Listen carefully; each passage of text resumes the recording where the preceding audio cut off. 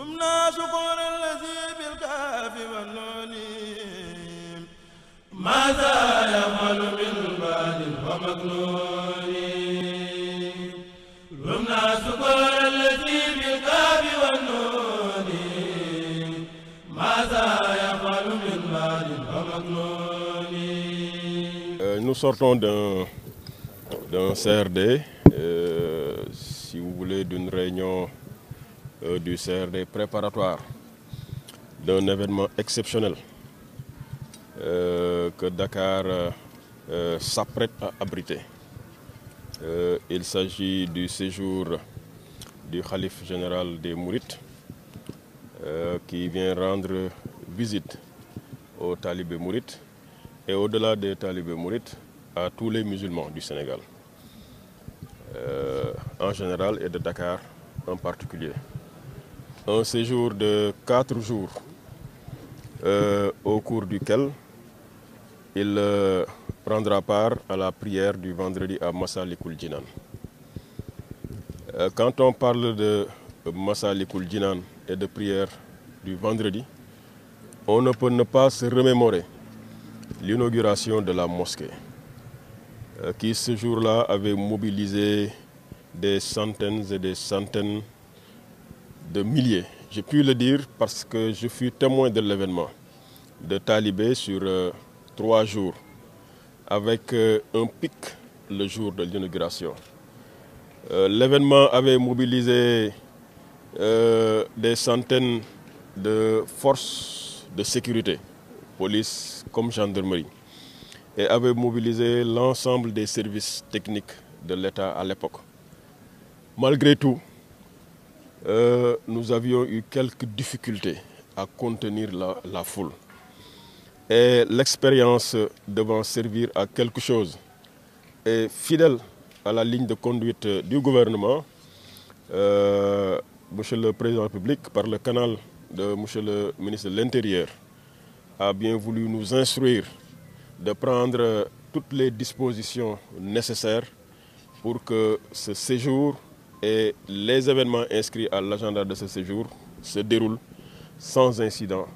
et de manière la plus douce possible. C'est pourquoi aujourd'hui nous avons mobilisé les services techniques aux côtés des services des forces de défense et de sécurité pour qu'avec le comité de gestion de la mosquée et le comité d'organisation du séjour sous la direction du Djawriñ El Hadj Mbacké Faye, de changer sur les dispositions à devoir prendre, de s'accorder sur les modalités d'engagement des services de l'État et de pouvoir dérouler en toute quiétude les 26, 27, 28 et 29 mai afin que le séjour du Khalife soit agréable et pour lui et pour le comité d'organisation, mais surtout pour les fidèles mourides. Et tantôt que l'expérience doit servir à quelque chose. Nous avons l'avantage d'avoir supervisé l'organisation de la cérémonie d'inauguration de Massalikul Jinan à l'époque, organisation du point de vue sécuritaire évidemment et technique. Et à l'époque, nous avions mobilisé un nombre impressionnant de policiers et de gendarmes. Et j'ai pu vous assurer qu'on avait des difficultés. Cette fois-ci, nous allons faire plus. Nous n'allons pas avancer un nombre tout de suite, mais ce qui est constant,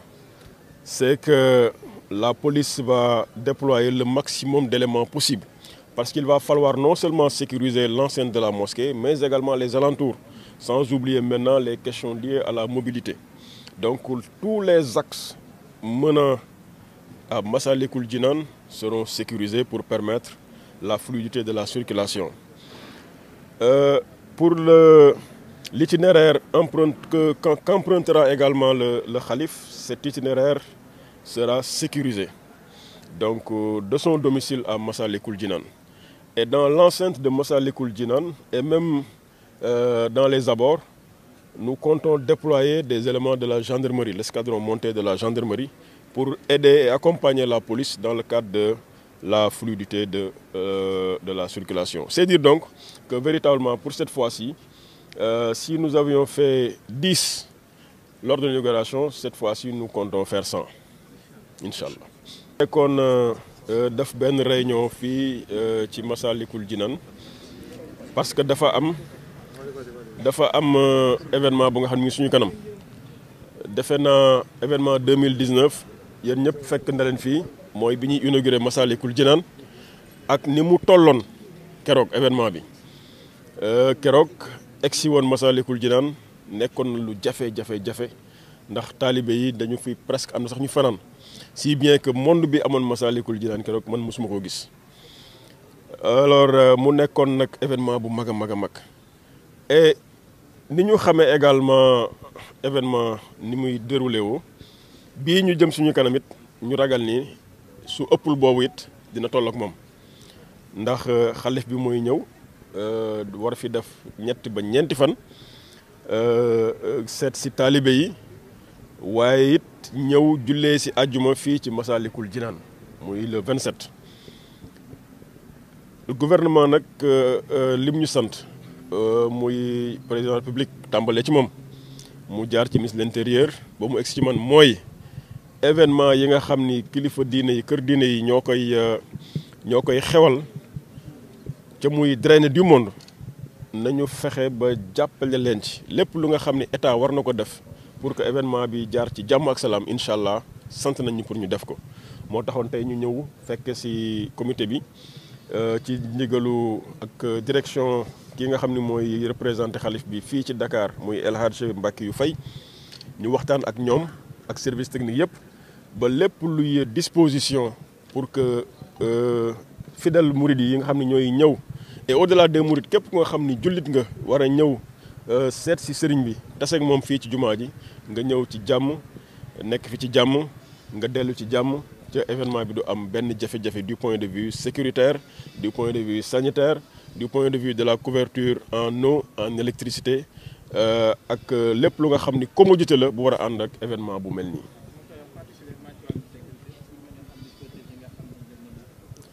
waaw dañu jël dispositif bi nga xam ni amoon na bi ñuy inauguré Massalikul Jinaan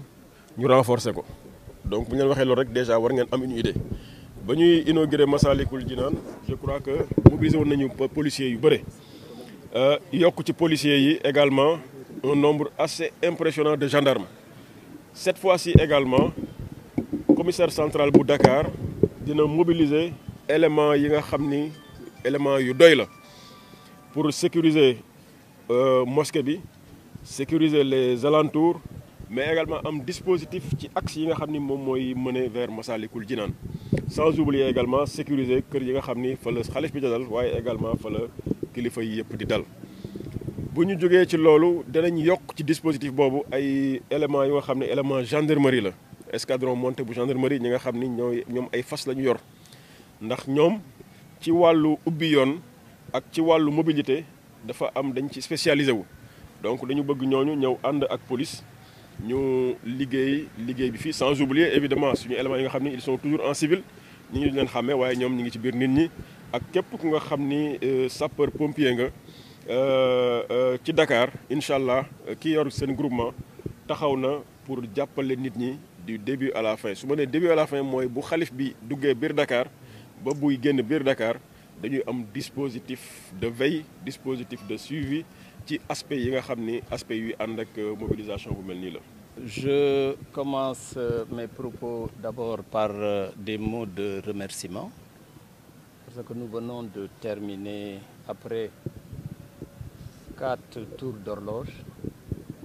une réunion du comité régional de développement sous la présidence avec ses collaborateurs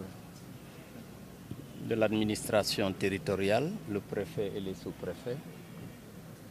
et de tout le commandement militaire, c'est-à-dire toutes les forces de sécurité de la région. Comme il l'a si bien dit, nous avons fait une revue de l'ensemble des requêtes qui ont été remontées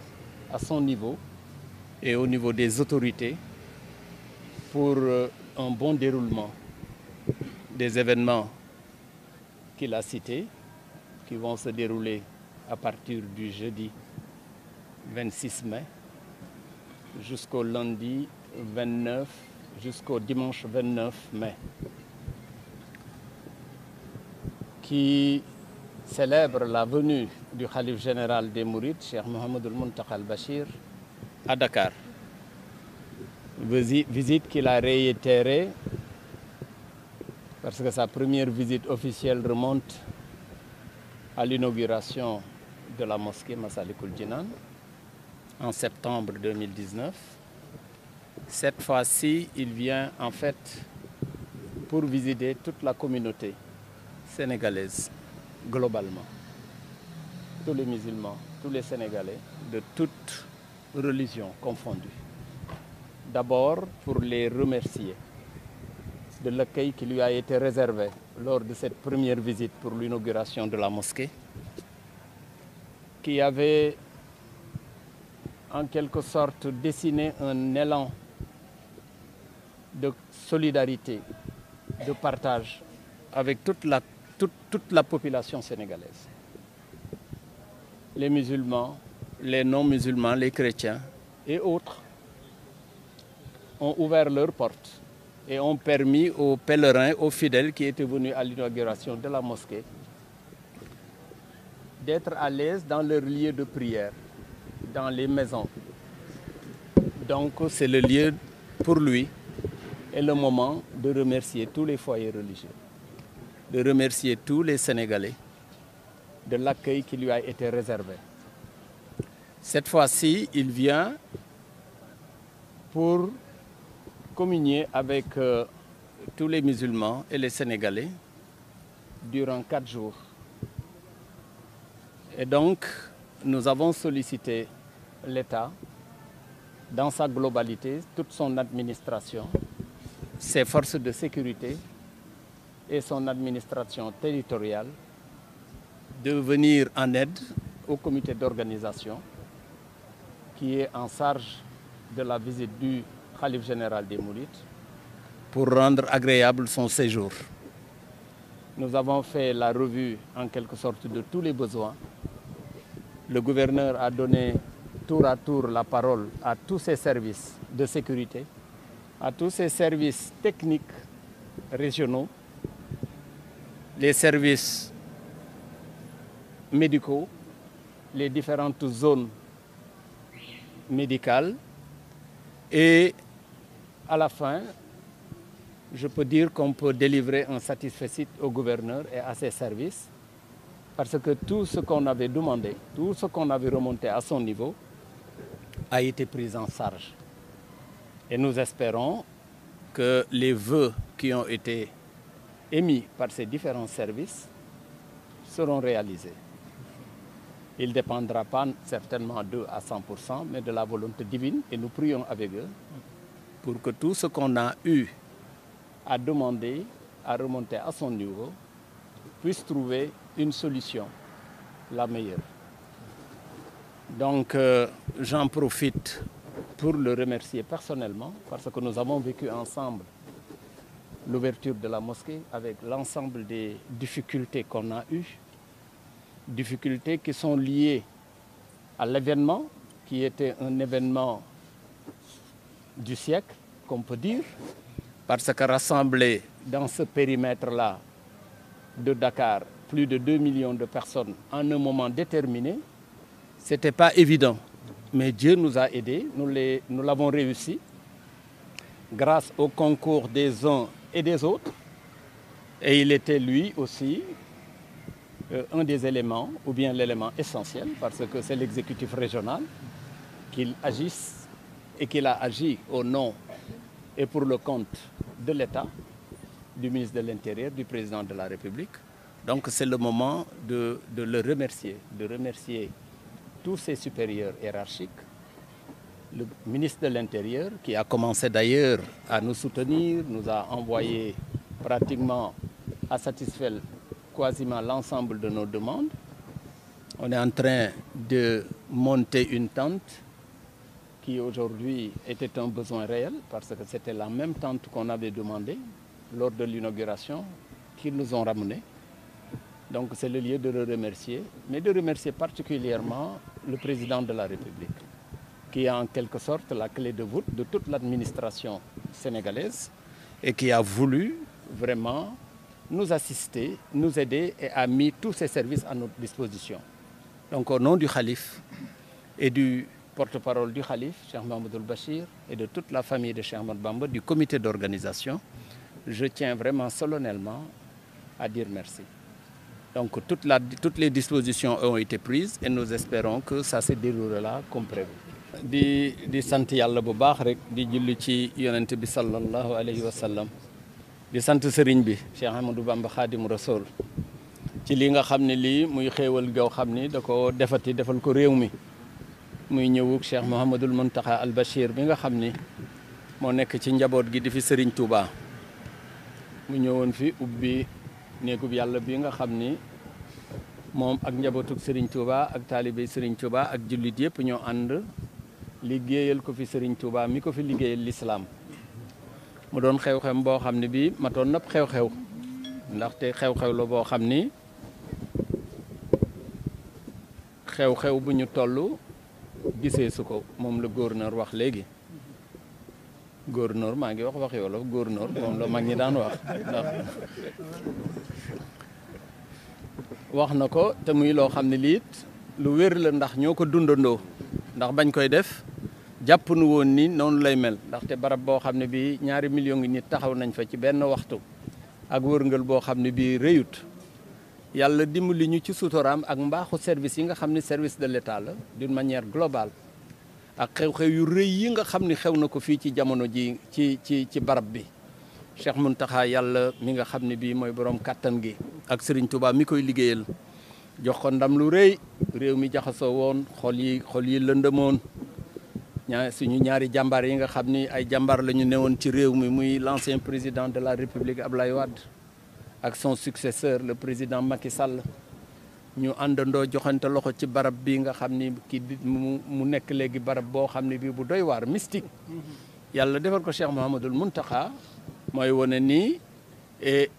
ñëwam gi daanaka na mu demee woon rek noonu lay demeewaat ñu koy teeru nag mu baaxee ñu jënd ma jëmam ji ak li mu toggoo lépp ni mu diisee ak fii mage gi toll waaye moom buy liggéeyal sëriñ bi du xool ci jëmam dara day sëgg dem rek bu ko defee nag ñu ànd ak moom mu baaxee ñu ñetti fan yoo xam ni dafay ñëw fii ci Ndakaaru te ngan ngi tàmbali alxamis 26 ba ca dimanche ja 29 mu ñëw fii di dal ci kër Serigne Touba gi ci Colobane waaye ajjuma ja ci kàttanu suñu borom mu yendoog ñun fii ñëw jullik ajjuma ànd koog jullit yëpp ci réew mi ñoo ngi ci woo ñëpp fu waay ne fu ne na ñëw barkeelu ci jëmmam ju tedd ji ak mbaaxaam ak tedd ngaam ji muy ci bésub ajjuma ji yeneen bés yi ci tegu yëpp it nag mu nekk kook ñun ba dimanche ba altine ci kattanu suñu borom mu doog a dellu ñu ciy profité nag ginnaaw ba ñu woowee sénégalais yëpp ndaxte sénégalais yi kat sëriñ bi ñëwam gi bokk na ci loo xam ne lii sant leen tamit ci la bokk ndax kat santoon na leen sant naa leen tamit ci turam ndax bi ñuy ubbi jumaa ji jàngu yi nga xam ne dend nañu sax muy jàngi chrétien ubbi nañu seeni bunt nit ñi dugg ca biir di julli gox-goxaat yi nga xam ne ñoo wër jumaa ji muy quartier yi ko wër ku ci ne ubbi nga sa bunt teeru gan yi teral leen dimbali leen ba daanaka nañ ko bëggee woon a dunde ñu dunde kon ci seen teeyu bakkan kon bu fi ñëwee nag ñëw googu ñëw sant leen dina ci dugg waaye sant ñi nga xam ni tamit ñoo ñu jàppale ci liggéey bi ni ma ko waxee woon sànq te gouverneur bi nga xam ni moo yor région de Dakar bi ak ay service am ñëw ci jàppale ñu ci ndigalu ministre de l'intérieur et président de la république dañ leen di gërëm goo xam ne gi am na tàmbale mais amut fu mu yem ndaxte ñoo ko àndandoon ca njaalbeen nga ca inauguration ba yàlla defit tey jii ñu àndandoo ko ñu doon def léegi ab daje CRD koo xam ne 4 waxtu nga xam ne lépp loo xam ne yooyu yitteewoon nañ ko ci ngan gi yitteewoon nañ ko ci niñ koy waajale ñu wax ko mu bind ko ànd ak service yi nga xam ne ñoo nekk ci région bi te nekk ci ndigalam lépp ñu nungu ko def ci ba def ci loo xam ne lii weesu na suñu njort kon ñoo ngi koy gërëm ci turu sëriñ bi di ko gërëm ci njabootug sëriñ Touba gi di ko gërëm ci turu Cheikh Mamadou Bachir mi yor kàddug sëriñ Touba di ko gërëm it ci taalibey Ndakaaru yëpp nga xam ne sëriñ bi ma wax ma ànd ak ñoom ci liggéey bi maa ngi koy gërëm di ko sant di sa gërëmi kilifaam mooy ministre de l'intérieur di président de la république Macky Sall ci yombal gi ak jàppale gi ba nga xam ne bii suñu xel dal na ñoo ngi teeru nag sëriñ bi di ko séentu et tey wax rek taalibe yëpp na ñëpp dal gi mooy fu waay toll fu ne boo séenee sëriñ bi doy loolu ndax seen gi rek ëpp na sax ndaxte moom lii muy def bëgg ñoo baaxe rek ak yërëm ñoo tax mu def ko ñëw waaye ku ci nekk fa nga ne boo ko séenee doy na boo ko séenul it na nga jàpp ni mi ngi ci barab bi te yaa ngi ci barab bi te la ngay sàkku ca loola yàlla dina la ko defal loolu rek la ñuy wax bañ a buuxante laabirante wax ñi dëkk ci Dakar ak ci gox yeeg gox-goxaat yi ku ci nekk boo mënee ubbi sa néeg ubbi sa barab nga xam te julli yàggul ñetti fan yàggul et ñu def ko nañ ko defee woon rek tey ñaan suñu borom Cheikh Mouhamadul Mountakha mi yàlla yàggal ko fi kàttanal ko ba mu nekkaat fi ba defal ñu geneen ngan boo xam ne gii mooy gën a yàgg gii mooy gën a neex bi yàlla mën na ko sañ na ko yàlla na ñu ko defal kon ñoo ngi gërëm ñëpp di gërëm gouverneur di gërëm service de force de sécurité yi di gërëm commission médicale di gërëm tamit comité d'organisation bi ak nit ñi nga xam ne ku ci nekk yaa ngi ci barab yaa ngi dajale la ngay dajale indi ko ngir bés bi rafet ñooñu it ñoo ngi leen di gërëm tey ñaan ki mën a fay te gis bi neex dégg bi neex loxo bi jote fu ne muy Serigne Touba mu fayal ñu la asalaamaaleykum wa rahmatullahi taala.